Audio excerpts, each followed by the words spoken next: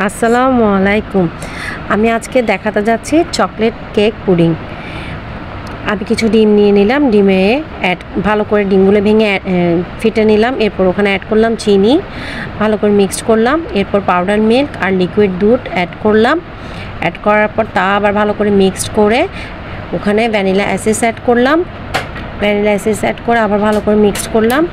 তারপর আরেকটি পাত্রে 2টি ডিম নিয়ে নিলাম, ভালো করে ফেটে নিলাম। ওখানে অ্যাড করলাম চিনি আর তেল। তা আবার ভালো করে মিক্সড করলাম। মিক্সড করে ভ্যানিলা এসেন্স অ্যাড করলাম। ভ্যানিলা এসেন্স অ্যাড করার পর তা আবার মিক্সড করলাম ভালো প্রপারলি। তারপর মিক্স করার পর একটি চালনির সাহায্যে কোকো পাউডার, ময়দা, বেকিং সোডা, বেকিং পাউডার একসাথে চেলে নিলাম। চালার পর অল্প অল্প করে ওই মিশ্রণটাতে, ডিমের মিশ্রণটাতে মিক্সড করলাম। মিক্স করার পর ভালো করে মিক্স করার পর একটি ডানো ক্রিমের কিছুটা অংশ কেকের মিশ্রণে এবং কিছুটা অংশ পুডিংয়ের জন্য রেডি করা ডিমটাতে অ্যাড করলাম। অ্যাড করে ভালো করে প্রপারলি মিক্সড করলাম। মিক্সড করে এরপরে আমি ক্যারামেল রেডি করলাম।